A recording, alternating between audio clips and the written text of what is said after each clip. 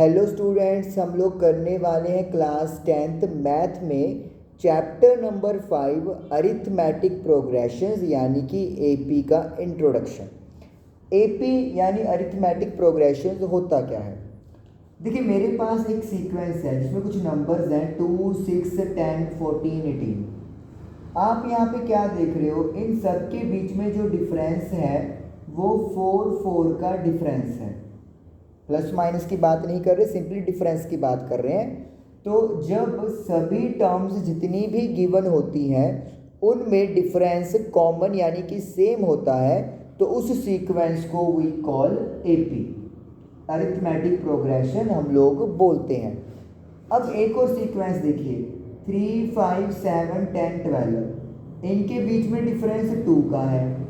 5 और 7 के बीच में भी डिफरेंस 2 का है। 7 और 10 के बीच में 3 का है और यहाँ पे 2 का है।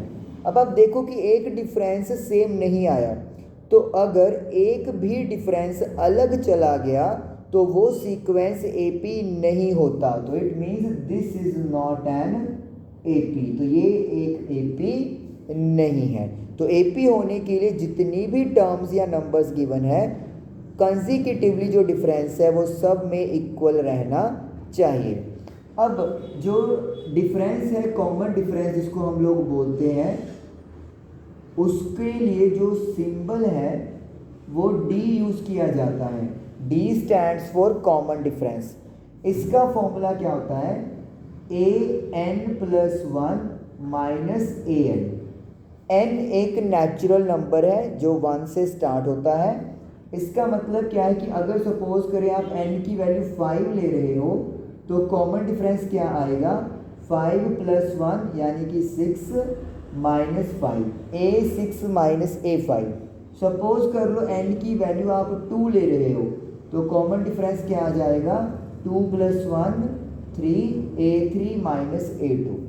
तो इसका मतलब है बड़ी टर्म नंबर में से छोटी टर्म नंबर माइनस करेंगे कंसेक्टिवली तो कॉमन डिफरेंस आएगा। यानी a10 में से a9 माइनस कर दो, a2 में से a1 माइनस कर दो, a15 में से a14 माइनस कर दो। तो ये सभी आपको d यानी कि कॉमन डिफरेंस देते हैं।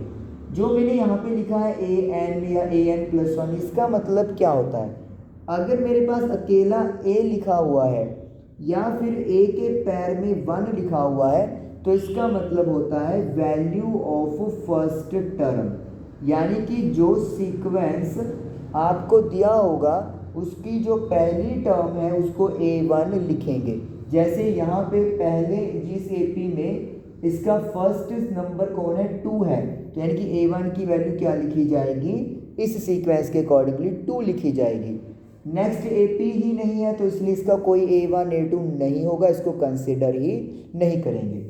इसी तरीके से अगर मैं a के पैर में 2 लगा दूं तो इसका मतलब है वैल्यू ऑफ सेकंड टर्म, जो क्या है मेरे पास 6 है। तो इसी तरीके से चलते हुए मैं 3, 4, 5 n तक जो है वो वहाँ पर जा सकता हूँ। मतलब जो भी मुझे नंबर की वैल्यू फाइंड करनी है वो मैं फाइंड आउट कर सकता हूँ। तो ये होता है मतलब। तो आई होप कि आपको इतना जो है वो बेसिक क्लियर हुआ होगा। नेक्स्ट सेशन में हम लोग न्यूमेरिकल करेंगे। तब तक के लिए thank you for watching the video.